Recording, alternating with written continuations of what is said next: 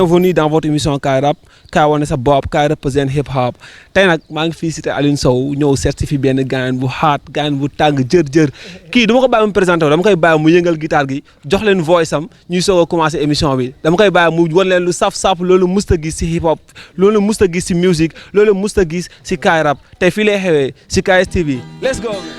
ba ma la njëkkee gis laa gis sama bopp dëgg bi laay nga jaral ma lu nekk ma lay ndamo ci réseau yi walaay nga may daaneel football Messi nga may mirlo SMS di gën a dugg anytime nii ku fa remplir loo yow lépp la bëgg ma fay si yow musuma nay julli ba jot ma xotti te doonte yoru ma mani ma yàgg ñaan crédit te bëgg la bëgg bu amul ñëpp naan dama wéré di fi nga ma toll moom la ñu xamul say xarit ñoom di la ruux nga bàyyi ma pour zéro raison wan nga ma sa jikko pour man demoon naa ba perte réseau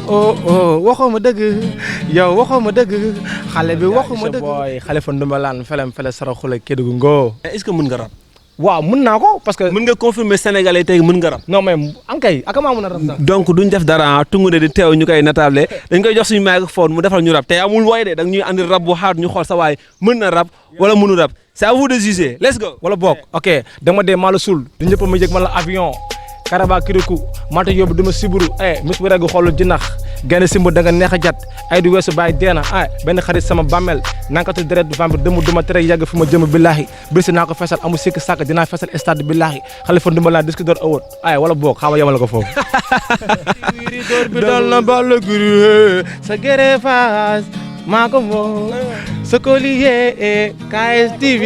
sa bëdi kan lay xool yow sa tànki ku koy raay ay bébé ku lay grillé ban télé moom moo fi gën a leer sa bi KS moo ko moom sa bi KS moo ko moom ay TV